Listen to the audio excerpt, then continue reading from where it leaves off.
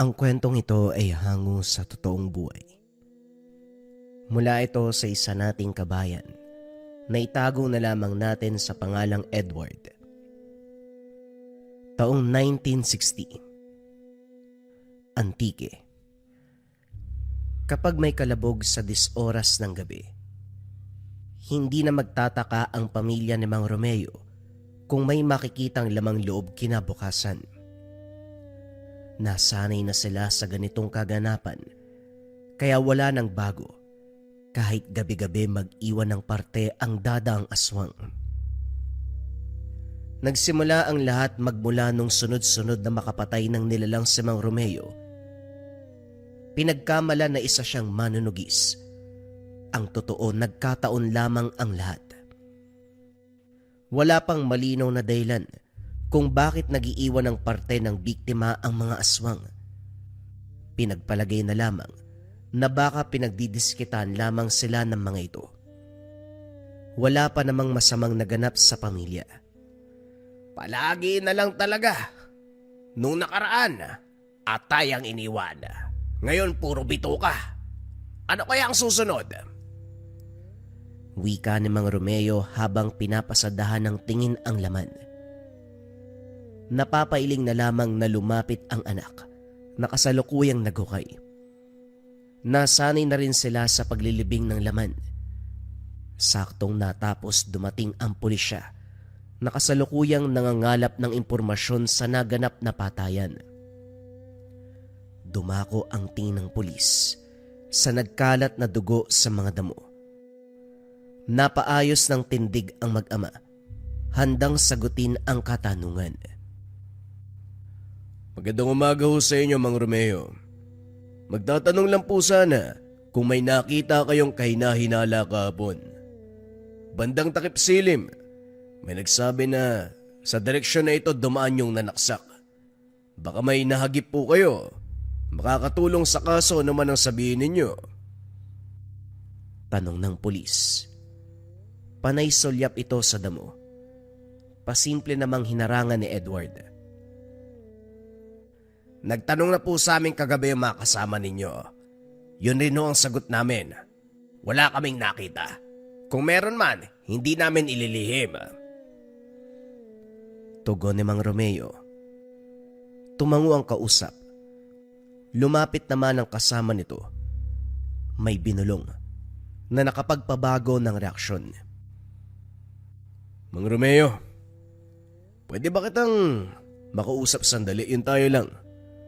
Matagal na nung huli tayo nag-uusap eh. Kumusta ho kayo rito?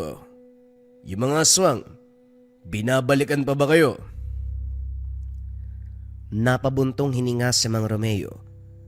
Sa lahat ng usapan, ito ang iniiwasan pero walang magawa dahil respetadong tao ang karap. Sa kabutiang palad, hindi naman. Nagpaparamdam lang sila. Nagiiwan ng parte mula sa mga biktima. Hanggang doon lang naman. May bahay po ako sa bayan. Wala namang nakatira doon dahil sa lumang bahay na ako tumutuloy. Malapit sa presinto. Lumipat na lang ho kayo. Para sa kaligtasan nyo, Mang Romeo. Iyo, maraming salamat sa malasakit mo. Huwag mo na kaming alalahanin. Maayos naman kami rito sa kabila ng kaganapan. Alam mo na rin, ito lang ang pagmamay-ari naming lupain kaya imposible ang paglipat. Yung alok mo hindi ko talaga matatanggap eh. Kilala mo ko. Ayoko magkautang ng loob kahit kanino man. Parang wala naman po tayong pinagsamahan, Mang Romeo. Tinuturing niyo akong ibang tao eh. Hindi ko naman kayo inalok para magkautang ng loob sa akin. Sige na iho, maraming salamat sa pagmamalasakit mo. Ayos lang talaga kami rito. Walang nagawa ang pulis, kundi igalang ang pasya ni Mang Romeo. Sa katunayan, bata pa lamang si Manuel, siya ang nag-aalaga. Pinalaki hanggang sa magkaedad. Malalim ang dahilan kung bakit pinili nitong magpulis. Saksi si Mang Romeo sa dinanas nito at sa planong pagiganti. Kaso nga lang, Dahil sa tungkulin sa bayan, kinakailangan mo ng isang tabi ang tungkol dito. Gayon paman paminsan-minsan isinasagawa ang hakbang. Pagkatapos ng pag-uusap, dumiretso si Mang Romeo sa bukirin. Nakasalubong ang panganay. Tay, pinapasabi po pala ni Mang Uno, kung pwede, agahan nyo daw po yung pag-aararo. May ganap daw po kasi sa kanila mamayang hapon eh. Inilatag sa lupa ang kagamitan kabilang ang araro. Ikinabit ang kalabaw at sinimula ng trabaho. Sa kalagitnaan ng gawain, panay sulyap si Mang Romeo sa panganay. Kakaiba ang kilos ng binata magmula pa nung kabataan. Bigla itong nawawala. Palaging natatagpuan sa lawa. Hindi ito marunong lumangoy. Ilang beses kamuntikang malunod. Likas ang pagiging tahimik, kaya hirap makipag-usap, lalo na kapag babanggitin ay may kinalaman sa sarili nitong mundo. Katulad ng inasahan, walang paalam na pumuslit ang binata. Sakto namang natapos ang pag-aararo kaya sinundan. Kaagad itong lumusong sa tubig, nanatiling nakatayo sa hanggang tuhod. Pinanood lamang ni Mang Romeo. Hindi naglaon may sinundan itong bakas. Naalerto ng dumiretso sa malalim. Naantala ang sadya ng binata nang mapukaw ang atensyon. Edward, ano bang ginagawa mo riyan? Umahon ka na bago pa tumaas ang tubig. Hindi ka marunong lumangoy. Ay naku, halika dito. Tama naman yung pagkain mo sa araw-araw. Pero bakit parang nababaliw ka? Natigilan si Mang Romeo nang tumitig lang ang binata. Hindi umimik. Nang hindi pa rin kumikilos, napilitang hatakin paahon sa lawa. Hindi binitawan, kinaladkad patungo ng tahanan. Nakita ang kapulisan sa tahanan, kausap ang dalagang anak. Hindi nagustuhan ni Mang Romeo ang titig at pagdikit kung kaya't napasugod. Umalma ang mga pulis, kaya napilitang magpigil. Kalma lang, Manong. Nagtatanong lang naman kami tungkol sa kaso. Kayo lang kasi ang pinakamalapit sa bahay. Rason ng pulis, pero iba ang pinapaiwatig ng kilos. Malagkit ang titig sa dalaga. Nakausap ko na si Manuel. Nasagot ko na ang lahat ng katanungan. Ano pa bang kailangan nyo? At kayo, hindi dahil alagad ng batas, basta-basta kayong papasok ng tahanan. Menor de edad ang naiwan dito, kaya kailangan ng presensya ng magulang. Huwag yung sabihin wala kayong alam. Naturingan kayong pulis pero balagbag kayo kung gumalaw. Huwag na huwag lang kayo magkakamali ha. Ayusin nyo yung tingin sa anak ko.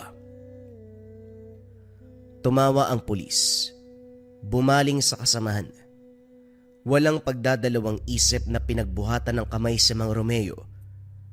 Sa unang pagkakataon nakita ng matanda kung paanong pumagitna si Edward. Isang suntok, pasuray-suray na tumilapon sa labas. Gaganti na sana ang kasamahan ng gawaran din ng suntok. Parehong napalabas. Hinatak na rin ni Mang Romeo ang anak matapos mapansin ang masama nitong titig. Hindi pumalag ang mga pulis. Nag-iwan na lamang ng banta sabay takbo. Bumaling ang atensyon sa binata.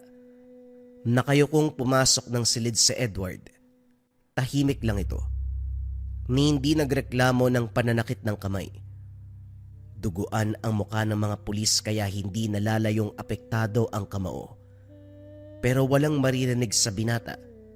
Hindi rin makikitaan ang emosyon ng muka. Napabuntong hininga si Mang Romeo habang napapaisip. Sa pagkakaalam mahina ang anak dahil sa kondisyon ng baga. Pinagtatrabaho pa rin naman ng mga gawaing bahay at sakahan, pero yung magagaan lamang. Pinagpahinga rin sa paglipas ng bawat oras. Pinagtagpi-tagpi ang kaganapan. Ang lihim na pagpunta sa lawa hanggang sa pagsuntok sa mga pulisya. Kakaiba din ang tingin nito na para bang handang makipagpatayan. Binantayang maigi ang kilos ng anak. Hindi pa sumikat ang araw, nasa lawa na ito. Nakatayo sa hanggang bewang na tubig. Inilibot ang paningin na para bang may hinahanap. Hindi nagtagal, biglang sumisid. Bagay na kinagulat ni Mang Romeo. Sa puntong ito napapatanong kung kailan nawalay sa anak para hindi mamalayan na marunong ng lumangoy. Sa kabila ng pagkagulat, hindi muna nangialam. Ilang minuto ang tinagal ni Edward sa ilalim. Pag-ahon nito, hindi man lang kinapos ng hininga. Kalmadong umahon, naupo pa sa tabi. Binuksan ng palad, may maliit na bato na hawak-hawak.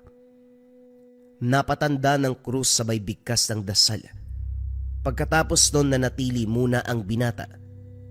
Binilad ang sarili sa init ng araw, saka lang umuwi ng tahanan ng matuyo. Pagsapit ng gabi sinadyang magpuyat ni Mang Romeo. Doble ang binantayan, pagpaparamdam ng nilalang at ang kilos ng anak. Hating gabi nang may kumalabog sa labas. Pinalipas ang ilang sandali bago sinilip. Pero imbis na aswang ang makita, si Edward ang nasipat. Nagtago ito. Nagmamadali din sa pag-alis na para bang may sinundan. Lumabas si Mang Romeo pero hindi na naabutan. Sinigurado munang walang sino man sa paligid bago lumapit sa halamanan. Katulad ng inasahan, may laman na naman na iniwan ang aswang. Wala pang amoy dahil sa sariwa. Hindi na inantay pa ang umaga at kagad na itong nilibing. Matapos mailigpit, ibinaling sana ang atensyon sa paghahanap kay Edward nang makita itong nagmamadaling pumasok ng bahay. Sinuri ang dinaanan. May mantsa ng dugo sa mga dahon. Sarado na ang kwarto. Sinubukan niyang kumatok pero hindi siya sinagot. Edward, anak, tulog ka na ba? Magpapasama sana ako sa labas eh. Hindi kasi ako makatulog. Magpapahangin para antukin. Tulog ka na ba? Ano man ang sabihin, wala pa ring sumasagot. Hindi nag-isip ng masama si Mang Romeo dahil sa kabila ng pananahimik ng binata. Alam niyang hindi ito gagawa ng anumang ikakapahamak. Pinalipas na lang muna ang pagkakataon. Kinabukasan muli na namang nasipat ang dalawang pulis. Napailing si Mang Romeo nang magkulay lila ang kalahati ng muka. Dulot ng suntok ni Edward nung nakaraan. Patuloy ang investigasyon sa naganap na patayan sa kabilang bahay. Kamakailan lang, batay sa nakuwang saksi. Pagnanakaw ang dahilan. Nasaksak matapos manlaban. Tinapos ni Manuel ang kaso, pero medyo balagbag ang dalawa sa nasasakupan. Hindi pa rin po ba sila tapos, Tay? Sinarado na ang kaso pero naglilibot pa rin sila. Ginagawang dahilan yung investigasyon para makahanap ng mabibiktima. Lumalapit sila sa mga dalaga, hinihipuan o hindi kaya nililin lang sa salita para madala sa dilim pagsapit ng gabi. Gawaing pulis ba yun? Nagulat si Mang Romeo dahil sa tanang buhay niya. Ito ang unang beses na may kahabaan ang sinabi ni Edward. Isa pa, hindi ito ang tipo na papansinin ang kaganapan sa lugar. Sadali nga, parang nagbago ka, anak. Kailan ka pa naging interesado sa paligid mo? At saka, paano mo nalaman ang tungkol sa kanila? Nakausap mo ba? Nakita ko po. Nakita ko sila kagabi. Pinagtutulungan yung anak ni Aling Melin. Hindi ko rin masabi na sinamantala kasi parang gusto din ng babae. Nagulat si Mang Romeo. Hindi inasahan ang sagot ng anak. Nasa tamang edad na ito para sa ganitong usapin. Pero para sa batang tahimik mula umpisa, nakakagulat na marinig ang ganito. Maya-maya pa nagsalo ang lahat sa hapag. Binalaan ni Mang Romeo ang dalagang anak na umiwas sa dalawang pulis. Nang pagsasabihan na sana ang panganay, biglang nablangko ang isipan. Walang makapasabilin, katanungan lamang ang meron. Gustong usisain sa ginawa sa lawa at paglabas kagabi. Subalit walang lakas ng loob para magtanong. Dumiretso na lamang sa bukirin para magtrabaho. Naiwan sa taniman si Edward. Nagtungo si Mang Romeo sa tahanan ng amo para kumuha ng gamit. Natigilan ng mapatapat sa lawa. Sinamantala ang pagkakataon na pagmasdan ng paligid. Wala namang pagbabago sa lugar. Sumisid para masuri ang ilalim. Wala namang naroon kundi mga isda na nag-uunahan sa paglangoy. Dahil walang mahanap, napaisip sa sadya ng anak. Nang umahon natigilan ng matanaw ang albularyo sa unan. Naunawaan ang titig kaya nagmamadaling lumapit. Mang Ben, kumusta? Matagal ko na kayong hindi nakita. Akala ko lumipat na kayo. Mano ho? Mataas ang respeto ni Mang Romeo hindi dahil mas matanda ito, kundi kagalang-galang na panauhin sa larangan ng panggagamot. Isa ring manunugis at ang peklat na bumalot sa katawan ang magpapatunay kung gaano kagiting. Walang pinipili, mapaaswang, engkanto, lamang lupa o kahit ano pang elemento mula sa ibang mundo. Kayang-kaya nitong tapatan. Mataas ang tingin ng kapwa dahil albularyo ito. Inakala ko nga na hindi na tayo magkikita Hindi na kayo dumayo sa lupain ko. Naunawaan ko na may kalayuan pero dati, halos araw-araw ka naman bumibisita. Nga pala, sinadya kong pagparito. Sa tahanan mo nga dapat kaso, nakita kita dito sa lawa. May mahalagang bagay akong naisabihin at gusto kong wag kang tututol. Medyo mahirap pero kailangan mong sundin ang ipapagawa ko. Tungkol ito kay Edward. Napukaw ang interes ng bata para sa isang bagay. Siya na rin mismo ang nakahanap ng sariling mutya. Hawak-hawak niya sa mga oras na ito. Alam mo na ang susunod na mangyayari. Ang gusto kong gawin, gabayan ng bata. Ikaw ang ama, kaya ikaw lang din ang nakakakilala sa anak mo. Hindi nakasagot si Mang Romeo. Tumatakbo sa isipan ang mangyayari sa buhay ng anak. Sa puntong ito, naunawaan ang questionableng kilos na Edward. Subalit sa kabilang banda may pag-aalangan. Tututol sana, pero hindi magawa nang makita ang reaksyon ni Mang Ben. Walang pagpipilian kung hindi sumang-ayon. Pagbalik ng taniman, nakatutok pa rin ang binata sa pagbubunot ng damo. Napabuntong hininga si Mang Romeo. Hindi mawari sa sarili kung buo ba ang desisyon, papayag ba sa sinabi ng albularyo. Bago makahanap ng sagot, binuhos muna ang oras sa pagtatanim ng binhi. Sa pagiging totok sa gawain, hindi na malayan ang oras. Mas lalong hindi napansin kung saan pumunta ang anak. Saang mang sulok ng taniman hanapin, hindi na ito matagpuan. Nagtungo ng tahanan sa pag-aakalang umuwi na pero wala ito roon. Nagmamadaling pumunta ng lawa pero hindi pa rin magilap. Nagbahay-bahay pero hindi pa rin malaman kung nasaan.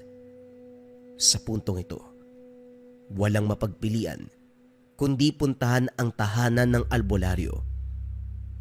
Gulat ang sumalubong. Nakita si Mang Ben kasama si Edward, pati na rin si Manuel. Kagad napatanong, pinaliwanag naman ng albularyo ang nangyayari. Kung nakaraan ang pag-uusapan, parehong karanasan meron ang lahat. Si Manuel naulila sa mga magulang matapos mabiktima ng aswang. Nasawi ang mag-ina ni Mang Ben matapos pagigantihan ng kalaban sa kasagsagan ng panunugis. Si Edward naman, sa parte ni Mang Romeo, aswang ang dahilan ng kamatayan ng asawa Nang magsaliksik ang albularyo sa buhay ng salarin, sinasabing iisang halimaw ang may kagagawan. Hindi lang sila, maging ang iba pang kakilala. Matagal na panahon na rin magmula ng maganap. Ngayon lang sinimulan ang pagsasanib puwersa dahil ayon kay Mang Ben. Hinihintay ko si Edward. Siya ang susi para mabigyan ng hustisya ang pagkamatay ng mga mahal natin sa buhay. Isa lang ang kalaban natin dito. Kaya't sino pa ba ang magtutulungan? Tayo-tayo lang din. Binalingan ni Mang Romeo ang anak. Hindi makapaniwala na nagpa siya ito nang hindi man lang siya sinasabihan. Hindi maitago ang pagtatampo. Nagmamadaling umalis. Tahimik itong sumunod. Hinintay na makabot ng tahanan bago nagsalita. Tay, alam kong magagalit ka pero tama naman si Mang Ben, hindi po ba? Pareho tayong nawalan dahil sa aswang na yun. Magtulungan po tayo para pagbayarin yung aswang. Kung ganon, pagkatapos ng pagyayari, nakipagkasundo ka na kay Mang Ben nang hindi man lang kumukonsulta. Kahit si Manuel kilala mo pala. Sabihin mo sa akin ano pa ang hindi ko alam.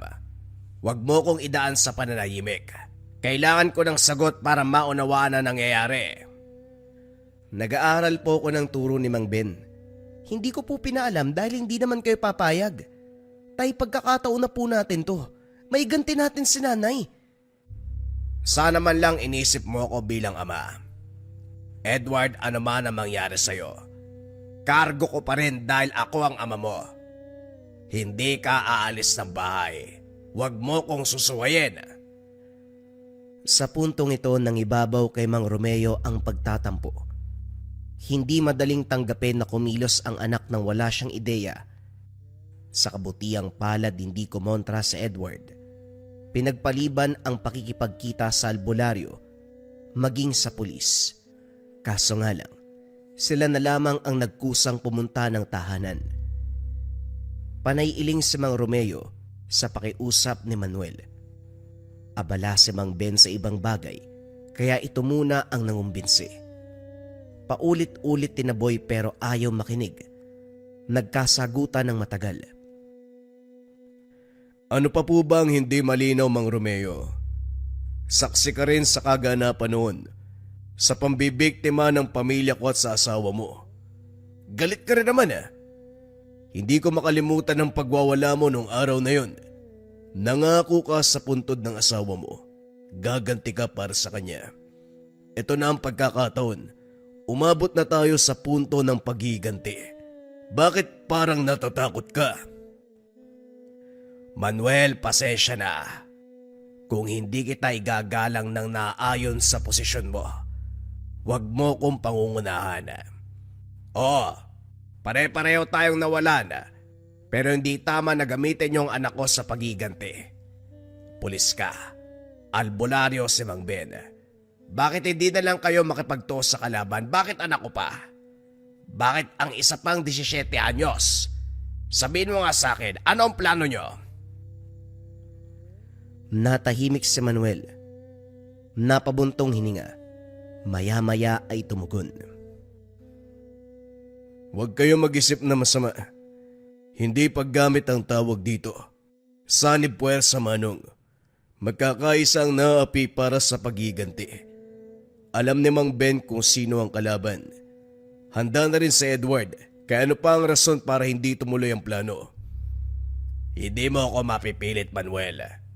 Mabuti pang umalis ka na bago pa ako tuluyang mawala ng respeto sa iyo.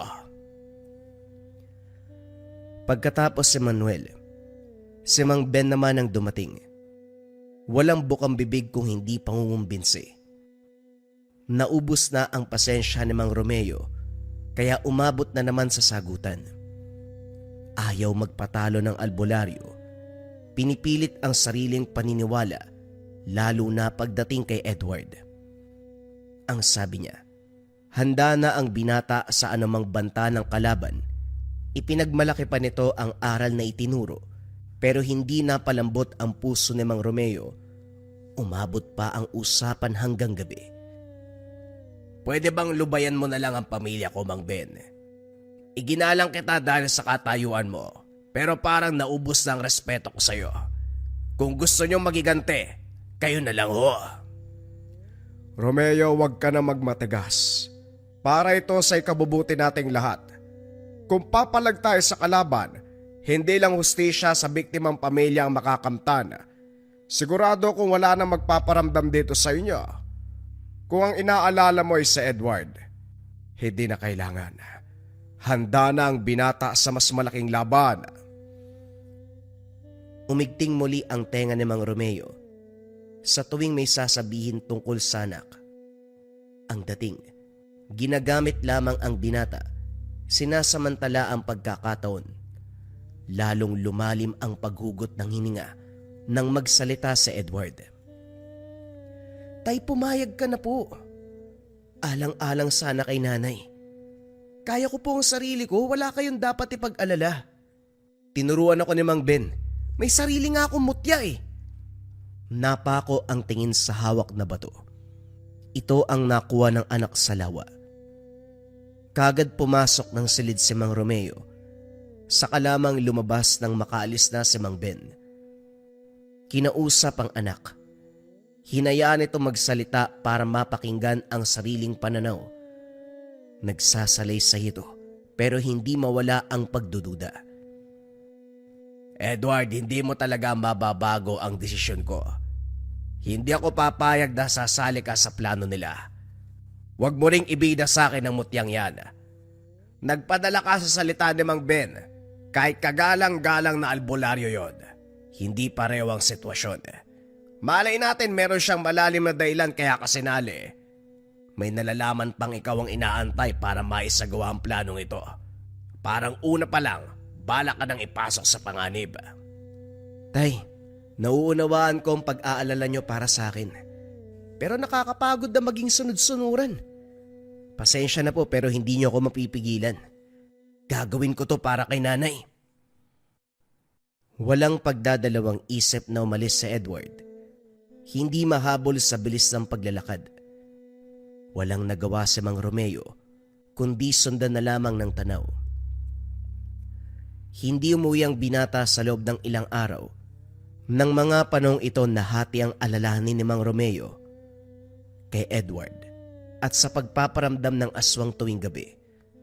Kasama pa ang dalagang anak na pilit pinagdidiskitahan ng dalawang pulis. Isang gabi nagising sa ingay mula sa labas.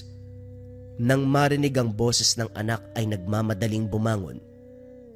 Mula sa madilim na bahagi, natanaw ang dalawang pulis. Maigpit ang hawak sa dalaga, pinipilit sa isang bagay. Sa galit bumunot ng itak. Sinugod pero imbis na tumuloy natigilan, biglang nagbago ang itsura ng isa. Hindi na ito normal na tao. Natulog ka na lang sana, tanda. Huwag ka nang pumalag. Hindi kami normal. Ibalato mo sa amin tong anak mo. Maigpit na nakahawak sa dalaga ang nilalang. Kinaladkad palayo. Hindi makasunod si Mang Romeo dahil sa aswang na umarang. Sa kabila ng takot pilit itong nilabanan. Kaso walang pangtapat si Mang Romeo sa lakas ng nilalang. Isang atake lang nito titilapon na kagad. Hindi umubra ang patalim. Ginawa lang siyang laruan. Paulit-ulit na binalibag. Sinamantala ang kahinaan. Sa puntong pupuruhan na sana, mabuti na lamang dumating si Edward. Binalik sa aswang ang hagupit. Hindi tinigilan hanggang sa wala na itong buhay. Kagad sinundan ng kapatid. Parehong kapalaran ang ibinigay sa kasamang pulis. Hindi nakaimik si Mang Romeo. Hindi makapaniwala sa nasaksiyang galaw ng binata. Kung pagbabatayan ang pakikipaglaban nito sa aswang kanina, masasabing ilang beses nang sumabak sa ganong klase ng laban. Mahusay ang galaw. Maliksi. Nauunahan ng kalaban. Sa kabila ng pagdapo na makuko, hindi nagtamo ng sugat. Napukaw ang pansin ni Mang Romeo pero hindi pa rin sapat para pumayag. Maya-maya pa kumalabog ang bubong. Yari sa nipa at sa lakas ng bagsak, nahawi ang pawid. Lumusot ang lamang loob. Naalerto ang lahat dahil sumigaw ang dalagang anak. Nagmamadali sa pagbunot ng itak para ilaban sa aswang. Samantalang si Edward, hinamon ang nilalang. Namalay ni Mang Romeo na nagkakagulo na sa labas. Sunod-sunod ang angil ng halimaw habang hinahagupit ng binata. Walang paligoy-ligoy si Edward.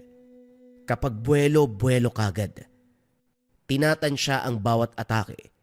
Sinisiguradong mapupuruan ng kalaban. Hindi nagtagal. Tuluyang napuksa. Titig na titig si Mang Romeo sa anak habang sinusunog sa hukay ang katawan ng aswang. Puno ng katanungan ang isipan. Pero bago magsalita, sinagot ito kagad. Ilang beses na po ako napasabak sa laban. Sinusunog ang katawan para hindi na makabalik ng buhay ang nilalang. Yan po ang turo sa akin ni Mang Ben. Ang dami palang ganap sa buhay mo na hindi ko na nalaman. Nagtataka tuloy ako kung paano mong nagawa kayong hindi ko napansin na umalis ka ng tahanan ng ganong katagal. Sige na, tapusin mo na yan. Tay, pasensya na ho kayo kung masyado akong malihim. Iniisip ko lang po kung paanong mabibigyan ng katarungan si nanay. Puro kaustisya.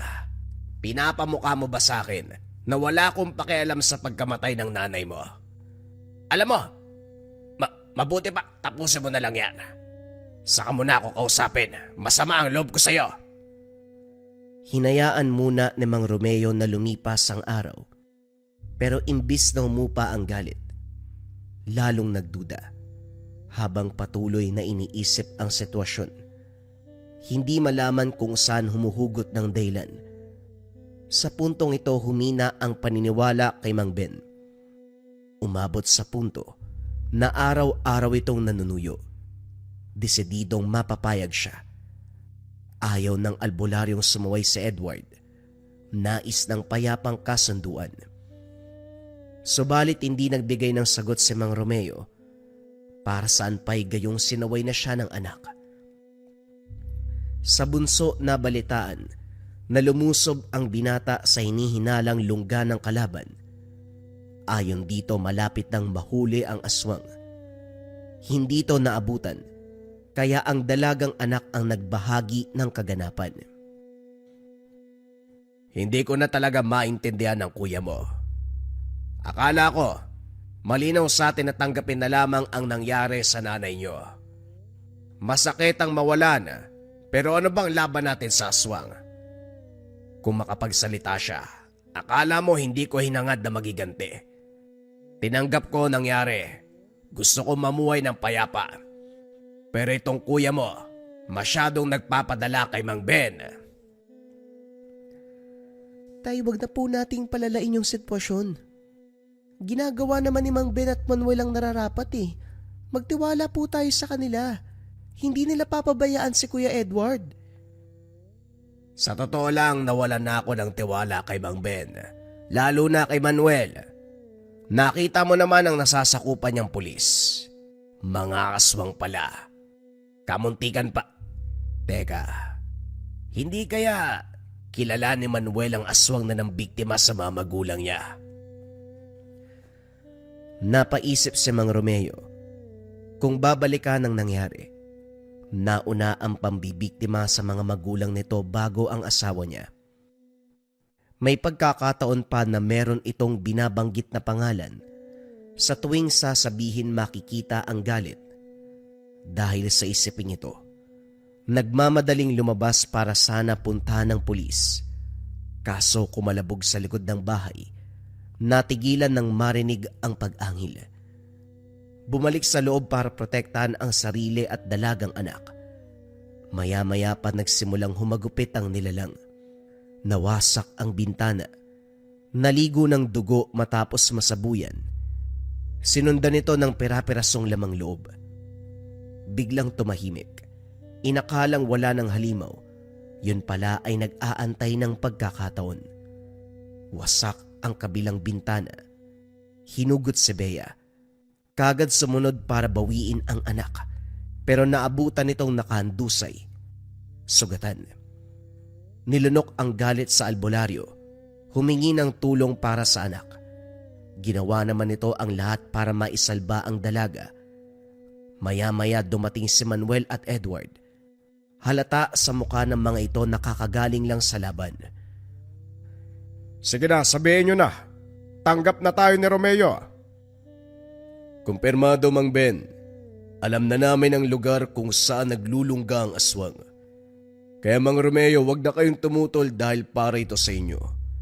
Ang aswang na nag-iiwan ng parte ng laman sa tahanan nyo at ang tinutugis naming kalaban ay iisa. Wala nang rason para pigilan pa ang plano. Manuel, tapatin mo nga ako. Hindi kaya kilala mo simula pa lang ang aswang? Yung 2 mong tauhan, hindi naman pala mga pulis aswang din sila. Kamuntikan ng anak kong babae. Huwag mo sabihin na hindi mo alam ang tungkol dito. Naguguluhan ako kung sino ang kalaban.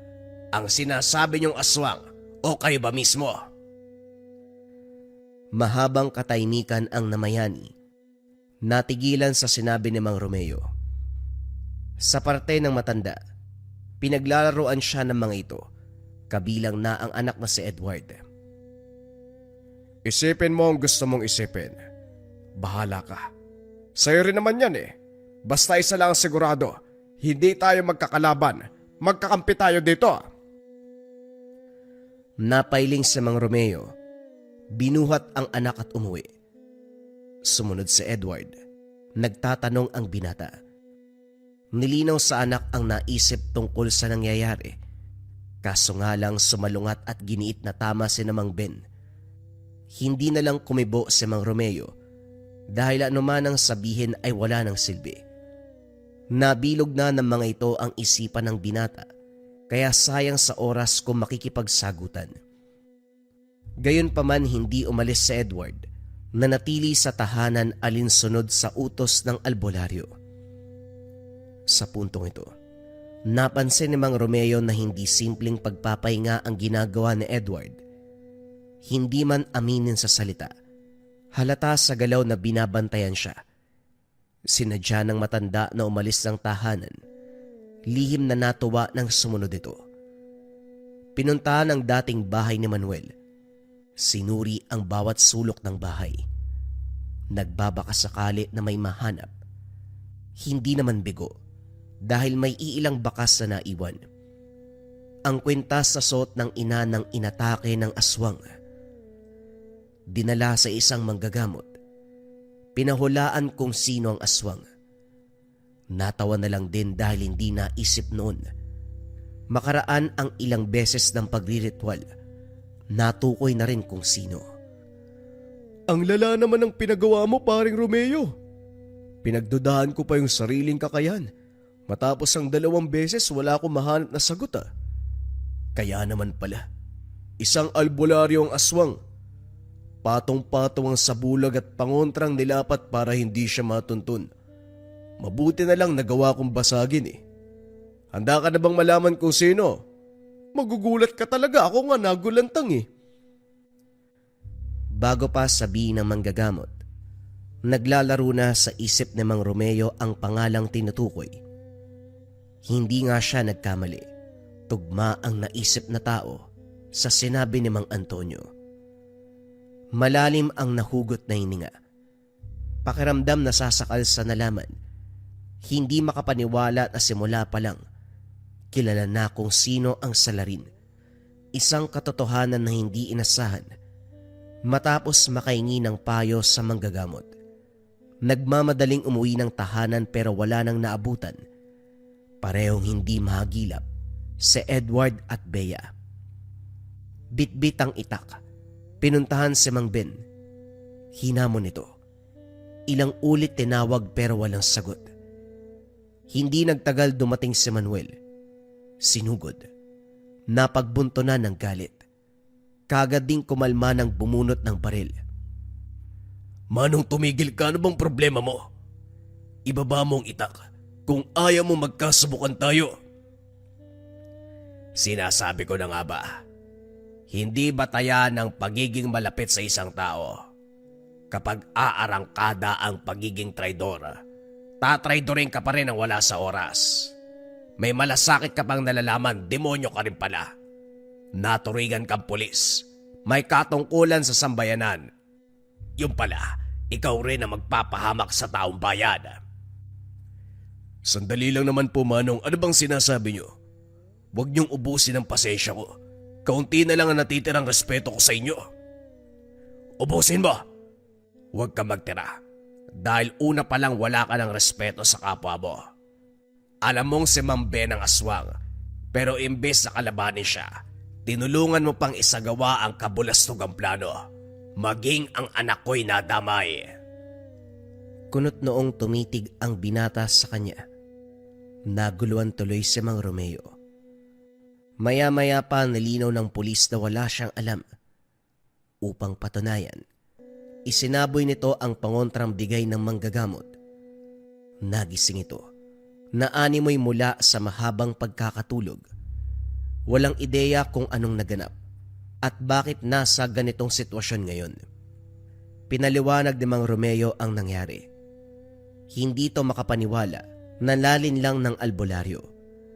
Matapos magkasundo sabay hinanap si Mang Ben. Ang problema, walang nakakaalam kung nasaan ito. Ilang araw ang lumipas, hindi pa rin magilap. Sinunog nila ang tahanan ng albularyo kaya wala nang babalikan. Buong presinto ay nakiisa sa paghahanap. Pinakalat ni Manuel sa lugar ang mga tauhan.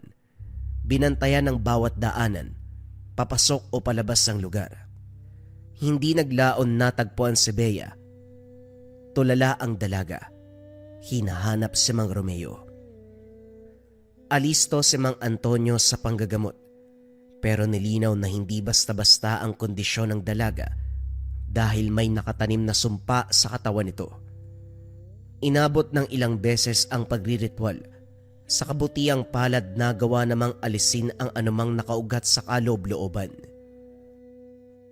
Balak yang gawin ng anak mo. Mabuti na lang hindi pa masyadong kumapit kaya natanggal din. Hindi madali ang pinagdaanan. Nakita mo naman wala sa wisyo. Huwag mong pilitin magsalita, baka kung ano pa ang maging reaksyon eh. Nga pala, nakausap mo na ba si Ben? Hindi ko siya maagilap. Tinangay niya ang mga anak ko. Kailangan magsalita ni Bea dahil siguradong siya nakakaalam kung nasaan ang pesteng yon. Sandali, kakasabi ko lang na huwag mo munang pilitin ang bata.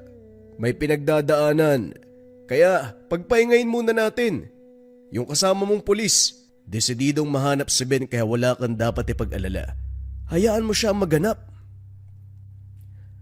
Maya-maya pa dumating si Manuel. Dala ang balita at kinalalagyan ng albularyo. Kagad itong pinuntahan. Una sa hanay ay ang grupo ng pulisya. Sodyat kagad dilusob. Sa unang sandali maayos ang takbo ng lahat. Sinimulan ang panluloob. Pero laking gulat nang mawala sa sarili ang mga pulis. Tulalang naglakad palis ng lugar. Hindi nagtagal maririnig ang boses ni Mang Ben mula sa loob. Hindi ko akalain na makakaisip ka pala ng paraan. Dapat talaga hindi kita minaliit eh. Nagawa mong basagin ang lahat ng ginamit kong orasyon. Pero, sa tingin mo ba mananalo ka? Hindi mo naman siguro gugustuhin na mawalay ng tuluyan si Edward. Pag-usapan na lang natin to. Akin ang anak mo. Hindi na kita gagambalain pa. Walang ama na ipapamigay ang anak niya. Alam mo yan. Mataas ang respeto ko sa'yo. Pero para sa wala lang pala ang lahat. Mahusay ka rin ha. Nagawa mong plansyahin. Nagpanggap kang albularyo. Pero tunay kang aswang. Ibalik mo sa akin ang anak ko kung ayaw mong pasabugin ko ang bungo mo. Inagaw ni Romeo ang baril kay Manuel. Walang pagdadalawang isip na pinaputukan para takutin. Pero hindi nadaan. Wala ring napala nang maglaho bigla ang albularyo. Tuloy sa paghahanap, mabilis na tunton dahil sa pamamaraan ni Mang Antonio. Kinargahan ng balang tanso na may nakapaloob na dasal ang armas ni Manuel. Nilapatan ng mataas na uri ng sabulag. Matapos makapwesto ang manggagamot mismo ang kumatok sa pinto. Hindi nagtagal lumabas si Edward. Hindi na halos makilala ang binata dahil biglang bumagsak ang kalusugan. Sa sobrang payat, animoy tatanghin sa isang iip ng hangin. Matapos masuri ang paligid, sinimulan kagad ni Mang Antonio ang sadya. Binasag ang mga bakod na pangontra, kaso nga lang naging alerto sa Edward. Walang pagdadalawang isip na sinugod ang matanda. Masyadong agresibo ang binata. Walang tigil sa pag-atake. Layong mapuksa ang manggagamot. Hindi may tatanggi ang husay, lalo na't masyadong mabisa ang hawak na tangan. Gayunpaman kabisado na ni Mang Antonio ang pasikot-sikot ng ganitong sitwasyon. Walang pag-aalinlangan sa pagganti. Tinanggalan ng bisa ang tangan. Diniskumon yun. Sa pagmulat ni Edward, nagtataka sa kaganapan, wala siyang maalala. Bago makapagsalita, bumungad na si Mang Ben. Tawang-tawa itong humarap sa kanila. Hindi pinatagal ni Mang Antonio. Humudyat kay Manuel. Sunod-sunod ang pagpapaputok. Tumama na ang bala dahil sa kinargang orasyon. Humandusay. Nangisay. Hanggang sa nalagutan ng hininga. Bala lang pala yung katapat mo eh. Pero hindi normal na bala. Maraming salamat, Mang Antonio. Kung ano man yung kinarga mo dito, ayan, umepekto. Teka sandali, parang may mali eh. Sinuri ni Mang Antonio ang katawan. Pinagpagan ng uri ng abo. Nagulantang ang lahat dahil naging puno ng saging. Maya-maya lumitaw ang tunay na Mang Ben. Tumilapon si Mang Romeo at Edward, maging si Manuel. Nanatili namang nakatindig ang manggagamot. Kagad kinontra ang kalaban. Samot-saring salita ang maririnig mula sa magkabilang panig. Hindi na rin maunawaan ang dulot na pakiramdam sa paligid. Sumenya sa Mang Antonio na umalis ang lahat. Bagay na sinunod nila. Dahil nagsimula na ring umagos ang dugo mula sa kanilang ilong. Pasuray-suray kung maglakad sa bigat ng ulo. Nagpatuloy ang laban. Nakatindig sa kanilang pwesto sina Mang Antonio at Mang Ben, parehong bumibigkas ng orasyon. Inatake ang isa't isa, pero walang makikitang paggalaw na para bang may sinasa ulo lang. Maya-maya pa napansin ni Mang Romeo ang reaksyon sa mukha ng manggagamot. Nahihirapan ito, sumusulyap sa kanya. Tumingin din kay Edward. Nang maunawaan ang paiwatig, kagad inutusan ng binata. Sa pagkakataong ito, binasbasan ni Mang Antonio ang mutya. Binalik ang bisa sa mabuting paraan. Naunawaan naman ng binata ang gagawin. Walang pasabing sumugod. Aatake na sana, pero natigilan sa kalagitnaan ng hindi makakilos. Naniga sa kinakatayuan. Natumba na rin si Mang Antonio. Sinundan ng pagtawa ni Mang Ben. Ikaw talaga ang sisisihin dito, manggagamot ka. Nakialam ka pa eh. Ayos na sana ang lahat. Magagawa ko na sanang pamunuan ng angkan. Kaso miksena ka pa eh. Tignan mo ang nangyari, umabot tayo sa ganito. Ngayon pa lang sinasabi ko na, umatras kayo.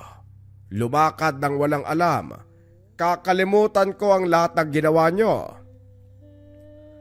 Mamatay man ako dito, wala akong pakialam. Ang katulad mong mapanlin lang, dapat may kalagyan. Pinuri ka ng lahat sa pagiging albularyo mo. May tinatago ka palang katauhan. Napaikot mo si Romeo at Manuel. Binalak bang yang gawin ng dalaga? Si Edward, ginamit mo. Alam mo naman pala lahat ng kaganapan eh. Kaya alam mo rin kung gaano ako kalakas. Mas mabuting tumigil ka na. Habang patuloy sa pagsasalita si Mang Ben, sinamantala ni Mang Antonio ang pagkakataon. Lihim na nagpakawala ng orasyon. Binalot ng proteksyon si Edward. Dinagdagan ng bisa ng mutya. Dahan-dahang binasag ang orasyon ng kalaban. Nang makakilos ang binata, dumiretso sa paghagupit kay Mang Ben. Sa kalagitnaan ng pagtutuos, nagpalit ng anyo ang matanda. Ibinida ang pagiging aswang. Dito nahirapan si Edward. Doble ang bilis at lakas kung ikukumpara sa kanya. Naunawa ni Mang Antonio ang nangyayari, kaya ginamit ang pamamaraan ng kalaban. Mabilis ang ritual. Ninakaw ang wangis para makabuo ng isa pang imahe. Nilapatan ng sabulag ang binata at binuhay ang imahe. Nabaling ang atensyon ng aswang. Binuhos ang atensyon sa impostor. Sinamantala ni Edward ang pagkakataon. Buong puwersang inatake ang nilalang upang mapatay. Napatanda na lamang ng krus si Mang Romeo habang nakatitig sa nagkahiwalay-hiwalay na katawan ng aswang. Hindi malinaw kung anong rason ng pambibiktima nito sa pamilya. Gayunpaman, hindi na alintana dahil sa kamatayan nito, nabigyan ng katarungan ang lahat. Nakaligtas na kayo. Napagbayad na rin ang hayop na Ben. Hanggang ngayon hindi ako makapaniwala na aswang ang albularyong yun. Hayop na yan. Minsan pa akong humingi ng payo sa manggagamot. Maling tao palang nalapitan. Kung alam ko lang din na mahusay kayo sa ganito, sana nung una sa inyo na ako dumiretso. Maraming salamat, Mang Antonio. Romeo, mahihilingin ako. Yung anak mong si Edward malaki ang potensyal. Mahusay sa pisikal na laban, may sariling tangan. Kung hihilingin niya na pasukin ng panunugis, wag mo sanang pagbawalan. Pwede ko siyang turuan para maging mahusay sa paggamit. Marami pa siyang kailangan matutunan, lalo na ang panlilin lang. Naisaan siya ni Ben kaya hindi nakalaban ng bisa ng mutya. Pwede naman sigurong gamitin lang ang tangan bilang proteksyon, hindi po ba? Natuto na ako sa nangyari. Maraming naganap na hanggang sa ngayon. Naguguluhan pa ako kung paano nagsimula. Isa lang naman ang hangad ko para sa mga bata. Mamuhay kami ng tahimik at payapa. Pwede naman pamproteksyon. Hindi rin madali ang sumumpa sa tungkulin ha. Buong buhay ang nakataya. Isa pa, bata pa si Edward. Tama ka naman. Mas mabuting igugol ang oras sa pagtulong sa inyo. Lalong-lalo na sa mahalagang gawain. Nakausap ni Mang Romeo si Manuel. Taos-puso ang pagpapasalamat dahil sa wakas. Nabigyan ng katarungan ang pambibiktima ni Mang Ben sa kanya at sa mga magulang. Ibinao na rin sa limot ang minsang hindi pagkakaunawaan. Lahat sila napikot ni Mang Ben. Sino ba naman mag-aakala? Ang isang tanyag na albularyo, isa rin palang aswang. Sa sobrang husay nito nagawang itago ang tunay na pagkatao. Pero hindi sa lahat ng pagkakataon mananaig ang kasamaan. Nakabantay ang kabutihan na handang magbigay ng hustisya. Naway kapulutan nyo ng aral ang ating kwento. Kalahating albularyo, kalahating aswang. Kabayan, nangangailangan ka ba ng depensa espiritual o baliksumpa? Narito ang Marahuyo Bracelet from Lika Merchandise. Ito yung pinakasikat na bracelet natin ngayon sa Lika. Pero bakit nga ba sobrang sikat ng Marahuyo? Ang Marahuyo Bracelet ay depensa espiritual. Kontra kulam, barang, tigalpo, palipadangin, usog, o kahit anong masamang uri ng sumpa. At yun nga mga kabayan ko, hindi lang siya natatapos bilang pandepensa espiritual. Narito din yung tinatawag nating rebuelta o baliksumpa. Kung ano yung sumpa na ibinigay sa inyo, ibabalik sa taong nagbigay. Hindi pa rin siya doon nagtatapos, mga kabayan ko. Ito yung mga patotoo. Minsan ba nararanasan mo kapag natutulog ka, may mga naggagambala, nagigising ka alas 3 ng madaling araw, or meron ka mga sakit, panghihina ng katawan, sakit ng ulo na hindi nalulunasan ng mga medisina. Marami tayong patotoo sa marahuyo. Pag hawak pa lang nila, naramdaman nila yung kilabot na pakiramdam at nawala yung mga sakit na matagal nang iniinda. Higit sa lahat, nakakatulog ng payapa. At ang pinakasikat na kwento natin, mga kabayan, yung mangkukulam na narebuelta. Sa nating kabayan, sinuot niya yung marahuyo, kinabukasan, na ospital yun ng kukulam sa kanya dahil sa rebuelta. Kung interesado ka sa marahuyo, kabayan, paki-search Likha Merchandise Marahuyo. Kasi marami ng scammers ngayon eh. Make sure dun kayo bibili sa mataas yung ratings, Likha Merchandise at maraming sold. Again, kung interesado ka, i-visit mo lang ang shop ng Likha Merchandise Marahuyo.